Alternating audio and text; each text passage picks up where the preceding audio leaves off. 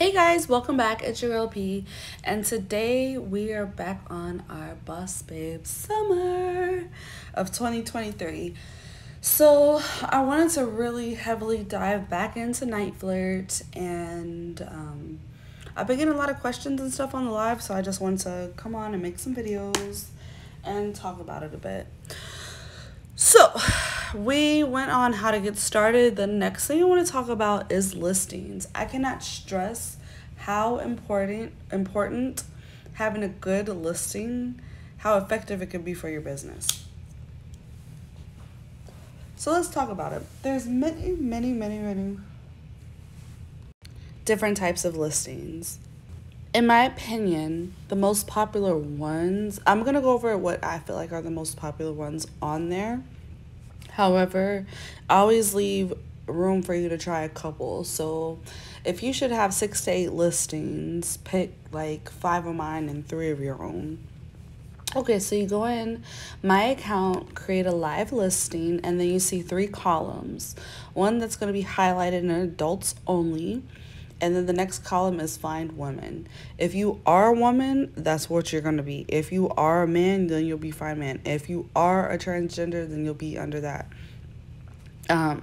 So please don't freak out when it says find women. Like some girls are like, oh my gosh, I don't want to find women. It's not you finding women, it's them finding you, and you are a woman. So whatever you are, that should be highlighted. So mine says find women. Then you have the third column. So let's kind of start with the top and work our way down and talk about all of the listings. So the first thing you come to is Women Home Alone. The very first thing under that starts with an S and ends with an X. And that one I would say is the most popular listing. When the guys call the 1-800 number, it's the very first thing that they hear. And I just think that if you're not in that listing, you're kind of missing out on customers. But because it's so oversaturated, make sure you have a captivating title, your description's put together well, your picture looks nice, things of that sort. So then the next one is O and then S. I like doing that one. When I first started, I signed up for that one, and I noticed all these guys were like, come suck my bleep. And I'm just like, okay, well, what's with all the heavy demands? So I just kind of switched up the title, switched up my greeting to let them know, like, no, bitch, you're the cocksucker, not me. When I targeted that, I did that, and I got the crowd that I wanted.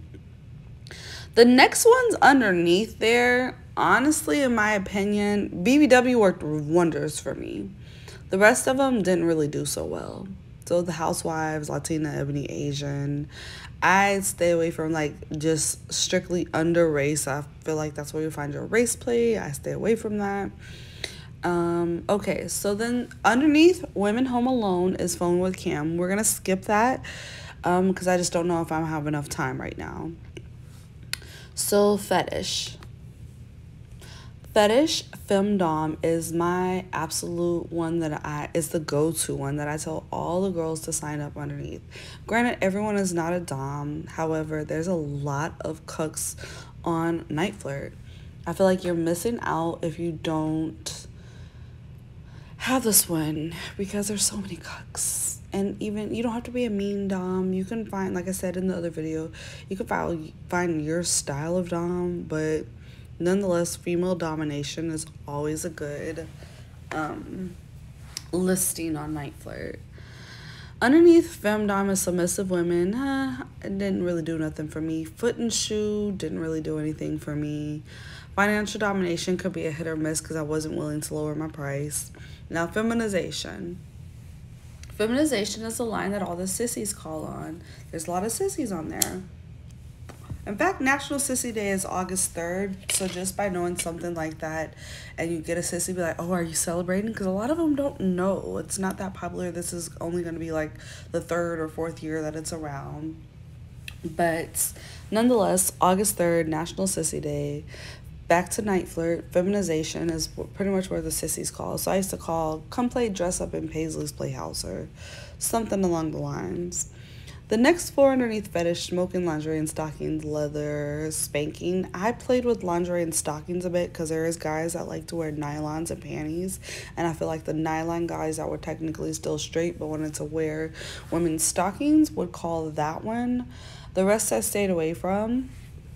And then you have BDSM.